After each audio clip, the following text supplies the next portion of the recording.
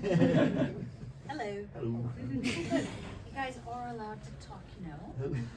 Don't be too British, right? Okay.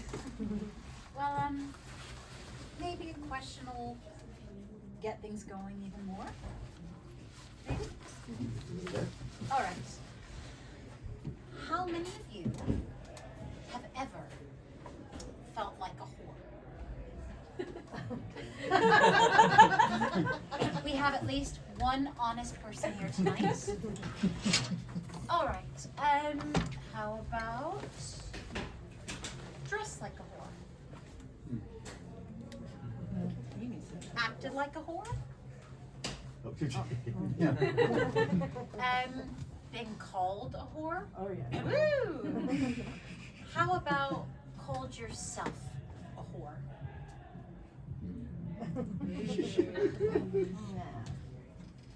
Powerful, isn't it?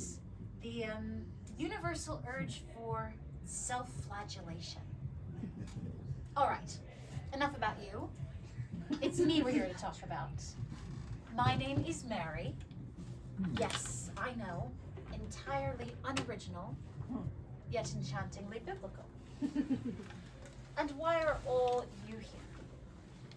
Well, imagine I'm Circe, and you're all feckless sailors that have been marooned on my shores. Because you're all here to be my guinea pigs, a test audience of sorts. I've written a television pilot, you see, and compiled the most divine of pitch decks. And as pitching an idea to producers is arguably the trickiest leg of the production process, I've decided to pitch it to all of you first. Sort of like a sexy TED Talk.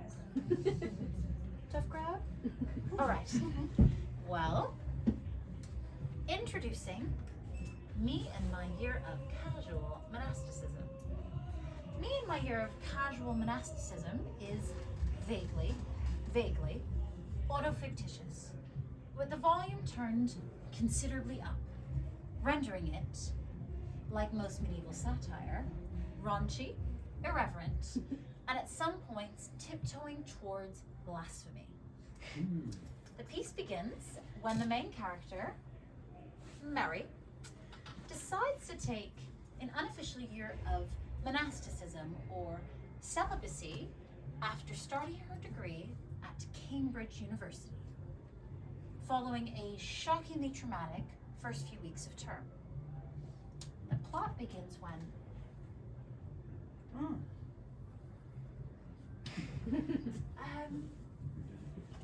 that should be a little bit more clear. Maybe the next slide will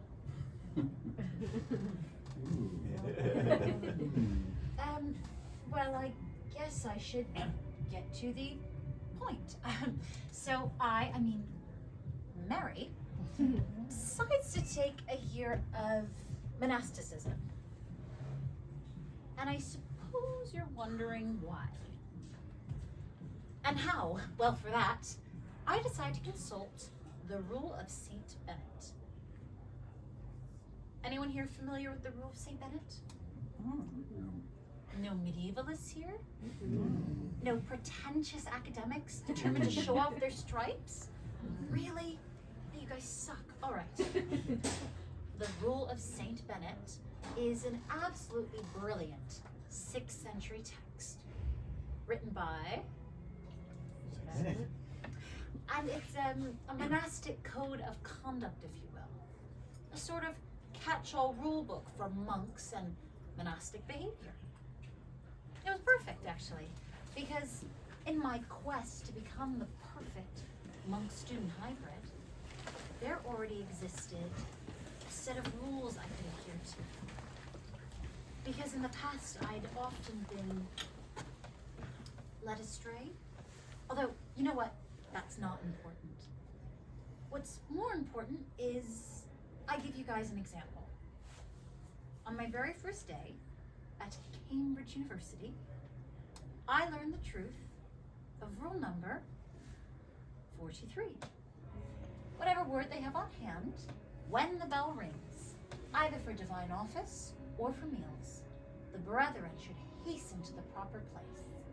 He who does not come, or comes too late, shall be punished befittingly. Poetry, isn't it? Music to my somewhat mentally unstable ears. But for those of you who aren't depressed medievalists, I have provided a translation for you. Be on time, you stupid fuck. Because I was starting a postgraduate degree at Cambridge in creative writing. Kind of an unusual degree, at least by Cambridge standards, not the most employable one. And in keeping with my rebellious degree, I decided to show up at 9:05 rather than 9 a.m. But to my shock and surprise, when I walked in, there were no seats left for me. I guess all the other fucking nerds had gotten there first. And to make matters worse, there were no goodie bags left either. I guess creative writing staff weren't the best at math. But there were no Cambridge University crested pens, no tote bags, no notebooks, nothing.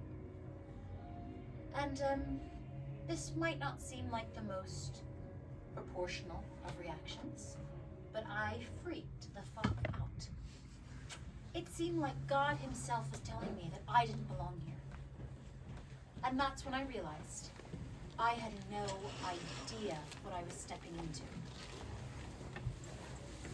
Cambridge, the upper echelons of elite academia. Oh, and it was more than that. It had been a while since I'd been a student. Over a year, in fact, and the last time I'd started a degree, I had been fresh-faced and doe-eyed. Things I admittedly still sort of am, but no, it was even more. I had been naive, inexperienced, virgin. Not going there, no. What's more important is you guys understand what Cambridge was all about. Because Cambridge was composed of 31 individual colleges. And each one of these colleges were insanely insular and borderline monastic in structure. I mean, inside each one you had a dining hall, a library, a chapel. It was possible never to leave. And in these strangely incestuous places, I began to realize something. Cambridge did not exist in a vacuum. No, I would have to contend with other people. Other hot, sexy monks. I mean, look at them. They're so perfect, so shiny, and they smell delightful. That's us at matriculation dinner. They even ring a gong and speak in Latin. If that's not monastic, I don't know what the fuck is. But looking at all these hot, sexy monks, I began to realize something. The brethren are to call one another by the reverential names of frater nunnis. You're stuck with these bitches. I was trapped in a tiny, incestuous monastery with all of these other monks, and I began to panic because there was no place to hide. Although, there were also older sexy monks. My professors and tutors. I mean, there was Otterick. He was my college tutor. He was sort of a pastoral contact in charge of my well-being. And he was the original Cambridge monk. He'd been at Cambridge since he was, 18, and I don't think he ever left. There was also a chaplain, a spiritual advisor for the college who admittedly thought I was a bit strange. And also professors, amazing writers who taught on my course, who respected my writing, who complimented my application, who were interested in what I had to say. And slowly but surely, I started to feel gloriously and wonderfully protected. Not by someone, but something. something bigger and better than myself. No longer do I have to skulk about city cafes looking for a place to sit. No, now there was always a place in the dining hall, always a seat in the library. I could even order any book I wanted. And I realized how much I needed the protection of a place like Cambridge. Because in the past, and even then, I have been running desperately from, nope, not going there, back to the sexy monks. Look at us, studying away, smelling delightful.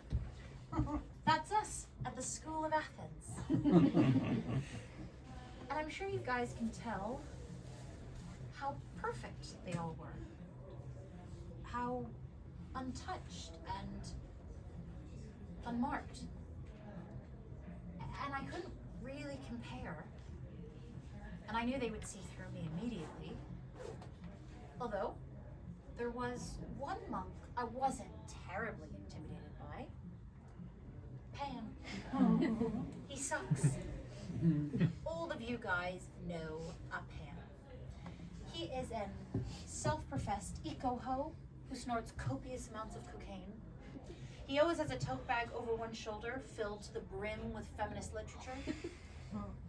What does a guy like Pan study? Come on, you guys know what a little bitch like him studies. Philosophy. Philosophy. But he basically only studies Freud and how like boobs relate to a lot of psychological conditions, God knows. Anything else for Pan? Come on, what does a douche study? Art history, anyone? Looking at naked representations of lesbians in art, of course. Or even, dare I say, land economy. Yeah, that is Pan. I named him Pan for his ability to send people into a panic and horde of loyal satyrs. Put a pin in this bitch for later. And of course, I met an average Joseph. All of you guys know the average Joseph. He is that one guy at Cambridge who's just slightly too old to be there, with a gently receding hairline. He is always wearing a suit, buttoned all the way to the top with a college-crested tie. And he's always in the college bar, never the library, drinking a Heineken out of a bottle, never the beer on tap. That is the average Joseph. Well, what does he study? Come on, you guys know what this man studies. Economics? Slightly too employable for Joseph. I like to say Joseph studies military history. This man is obsessed with World War II Germany. Yeah, that is Joseph. And trust me, we'll also hear from him later. And of course, I met a Chekhov, the Messiah. Someone so perfect, so shiny, so sexy, they could only be a plot device, just waiting on the wall, ready to go off at any time. What does a hot person study? Come on, sexy degrees? Maths.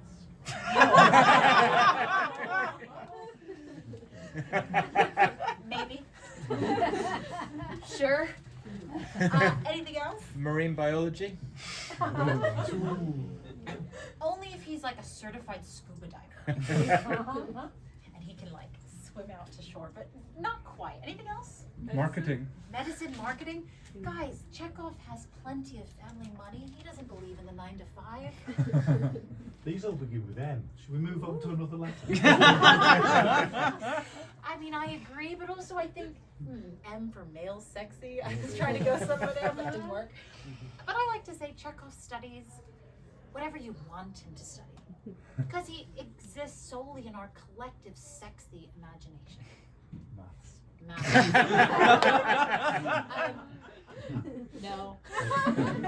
But we'll say yes. Basically, our sexy little beast will be back later as well. There was actually, though, one problem with meeting all these sexy monks. There we go. I began to realize the inevitability of something. I mean, it was clear that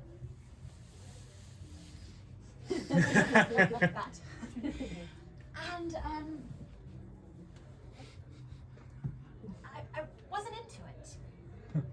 There were a few reasons why. You know what? No, that is not relevant either. I'm going to tell you guys a story instead. One day I was just chilling in the postgraduate common room when a not so sexy monk walked in. He studied physics.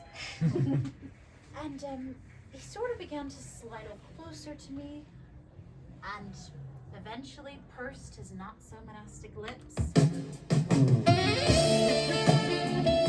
And panicked, I leapt to my feet and I said, "Oh my God, dude, I'm doing an experiment. For an entire year, I've decided to live like a monk." Yeah, this guy had the reaction you would assume. With his lips still outstretched, he went, "What?" And that was my chance to take it back, to drive back to normalcy.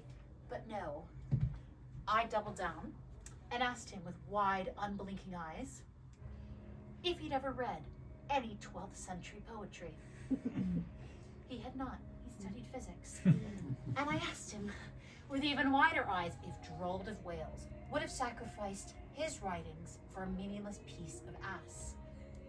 If he did, we wouldn't have Vita Merlini. Admittedly, a poem about a mad wizard wandering in the forest was not the epitome of great literature, and Gerald of Wales didn't write Vita Merlini, Geoffrey's Monmouth did. But you know what? My words had the intended effect. This guy stopped trying to kiss me. Unsurprisingly. And you know what? There was some truth to what I was saying. If you think about it, all the great artists in history have been monks. At least in the Middle Ages. And if you think about it even deeper, no one had ever produced great art while in a relationship. It was always after, right? I mean, it was the solitude that bred the artistry. I mean, no one would care about Orpheus if he didn't sing of Eurydice. And so, I had touched upon something vital. Because to me, that was the perfect Cambridge student. A celibate monk, just studying away. Because I really didn't want to become distracted this year. Because in the past nope. Because at this point, we were studying confessional poetry. Which is strange, right? Because I have nothing to confess. Nothing at all, I'm perfect. Yeah, I'm full of shit. I had one giant hunking piece of crap to confess. Poseidon. Named for his blue eyes, stormy demeanor, and rather unfaithful patterns of behavior. He was tall, tempestuous, and biblically buff. And he sucked. Oh my God, he was an absolute piece of shit. Although, more to the point, how many of you guys were in relationships before starting a degree or a job or moving somewhere new? Living in sin? Someone? Yeah. All right, but more importantly, how many of those relationships lasted? They don't, right? Oh, did I see a hand over here? The lucky one. But most of the time, a love or figure from your past can only be a relic, dragging down your future. And I knew that someone like Poseidon, who prided himself on distraction and well sabotage, could only serve to be an albatross around my neck, an anchor dragging me back into his deep. And so, I took my own advice. I dumped that sexy motherfucker 1 week before starting at Cambridge. And I felt like shit. Yeah, I felt awful. But you know what? I took all my grief, all my upsetment, all my anger, and I poured it into my writing. And I wrote a shit ton of confessional poetry, inspired by the letters of Eloise and Abelard. If you know, you know. And for a while, I was really proud. I had done exactly what I set out to do. I hadn't gotten distracted. I'd been a monk studying away. I'd been a true artist. And I was so proud that I wanted to share what I'd written. I wanted to share it with people I cared about. And eventually, I shared it with Poseidon, teaching me another rule. No one may presume to give, receive, or retain anything as his own. Nothing at all. Not a book, writing tablets, or stylus. In short, not a single item. Leave your baggage at the door, dumbass. Oh my God, do not drag a heavy, stinking piece of baggage into the bright lights of your future. Do not staple some moron to your unwilling soul. Because not 1 month into studying at Cambridge, Poseidon reacted, oh, so favorably to my confessional poetry and invited me to his flat in London on the pretext of picking up a few books I'd left behind. We are forgetting, despite this man's abs, he sucked. Oh my God. And I don't know if you guys have ever dated someone who couldn't see you as more than one thing, but for 2 years, all I heard was, how could you be an actress and a writer? or, If they make your movie, they won't put you in it. do you know what this man said when I got into Cambridge?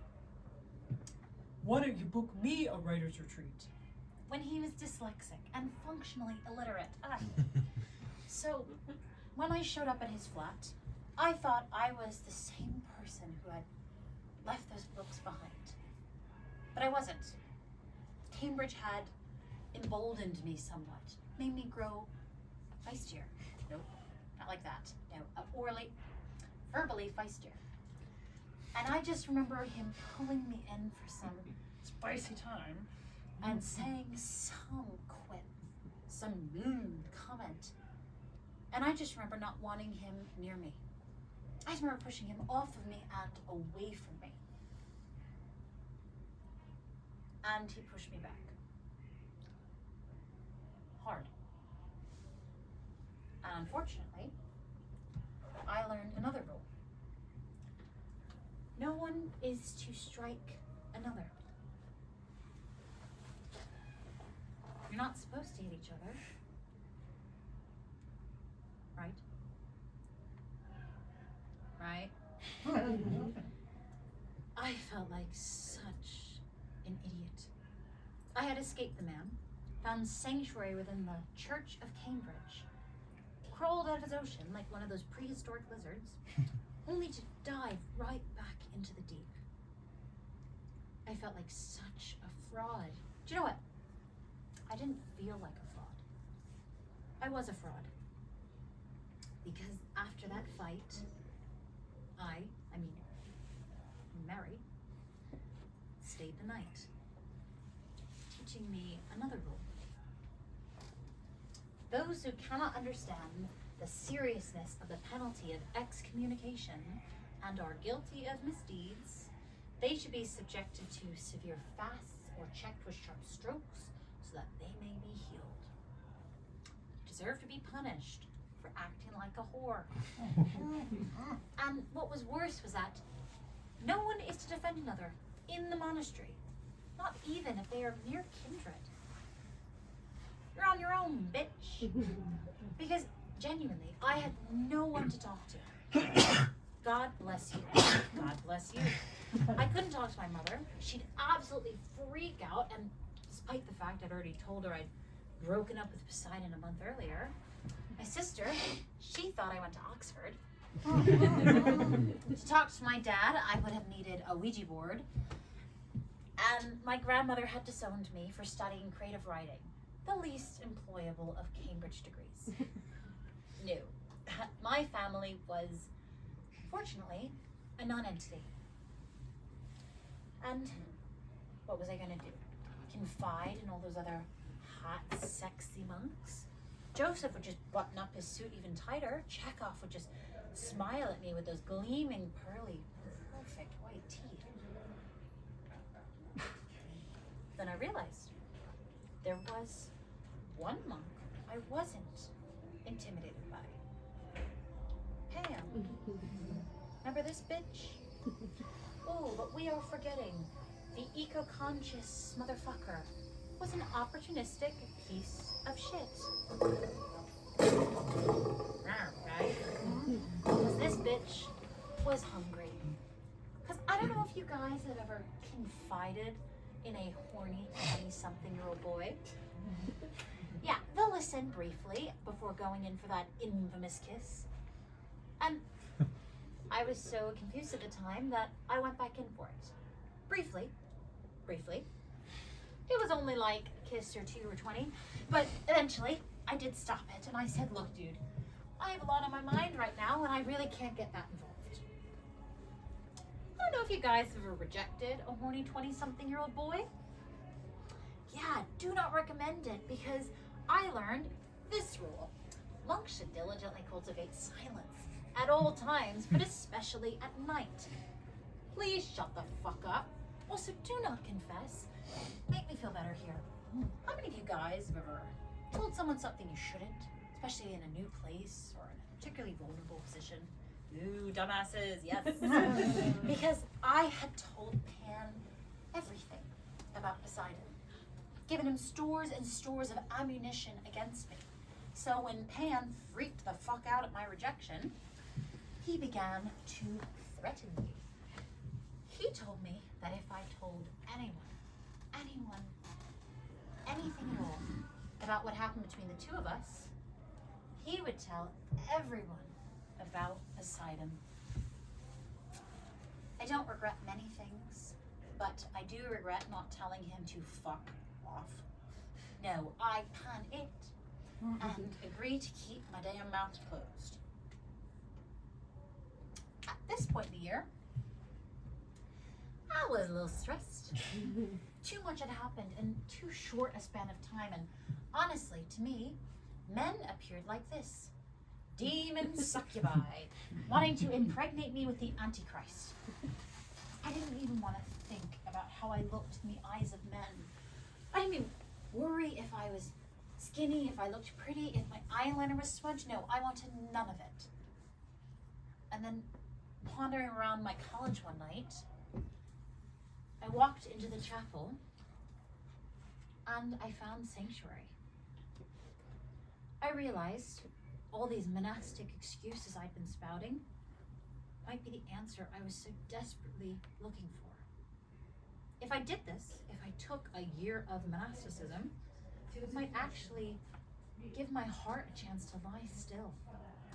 To let me focus on what was most important, my writing and my academics.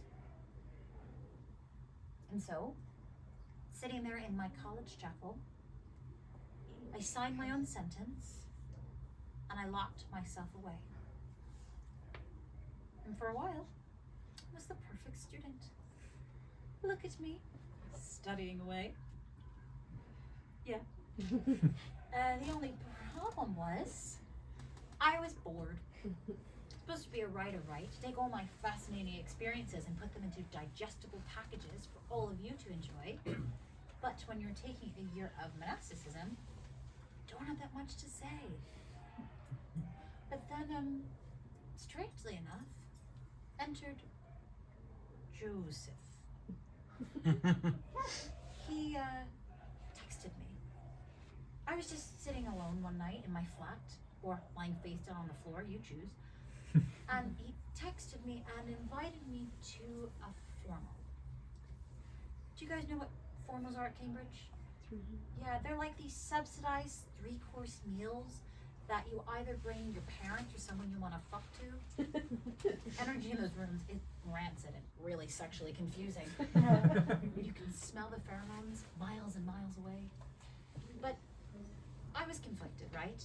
I should have been going like this, right? No men for me.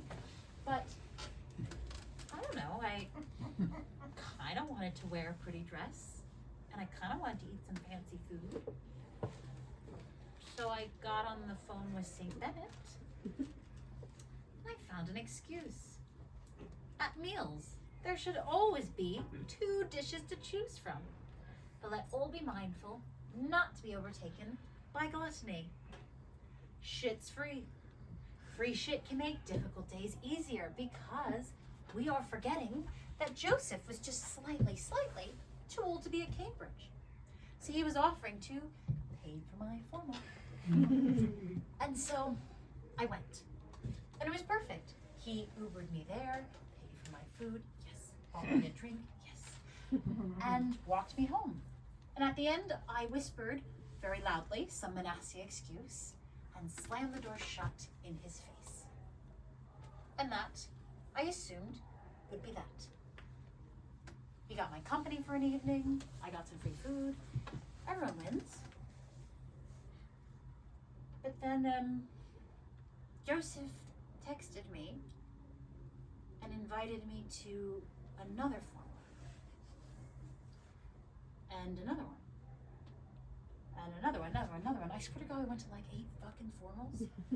And nothing ever happened at all of them or any of them, but they were like pseudo-romantic.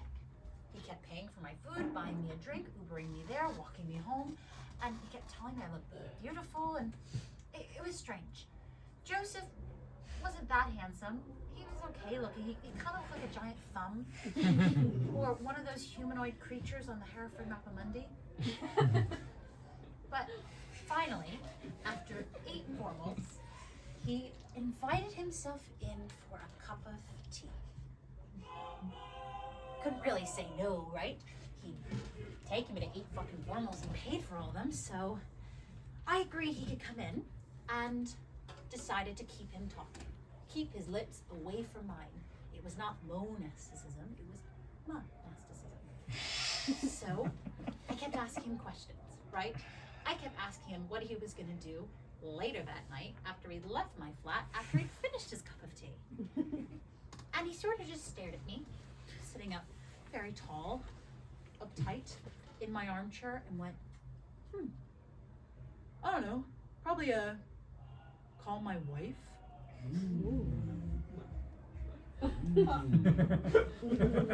Sorry. Did you say wife? Wife? Fucking spit out my tea and I leapt to my feet and I said, what the fuck, dude, you have a wife? And he went, yeah. So? And nauseated, I said, dude, wouldn't your wife be upset? You've taken me to what? 8 fucking formals and told me I look beautiful at all of them? Do you know what this man said? Not really. I mean, aren't you being a monk this year? That makes you perfect for me. I was a medieval fluffer. And you know what this was? The Madonna whore complex in the flesh.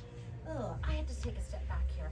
Because while Joseph was a fucking freak of nature, don't get me wrong,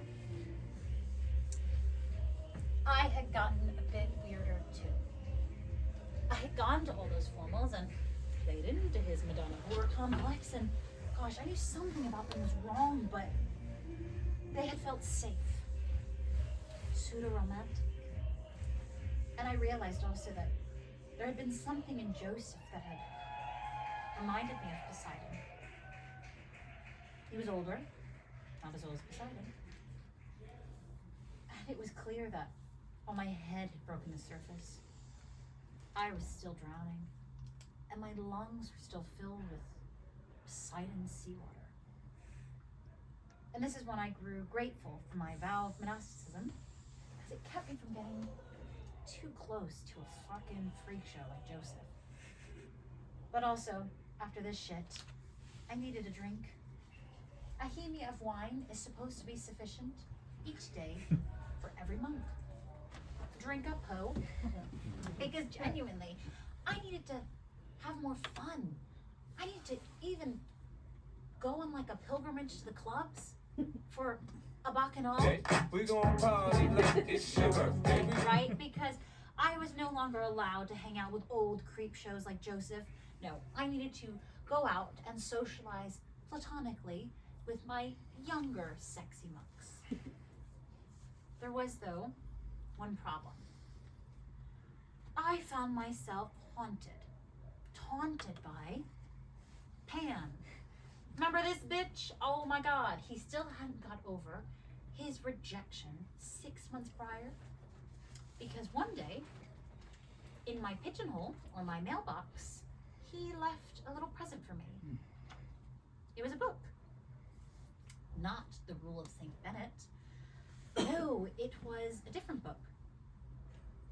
A book about an abusive relationship with a large age gap. And Pan had written a little note in the cover that said, might remind you of Poseidon. Piece of shit, right? Motherfucker. But I didn't take this one lying down. No, I stood up for myself. I didn't panic. And I went right to Oderick, my tutor. And I reported this bitch and got him in trouble. And that is when I had an epiphany.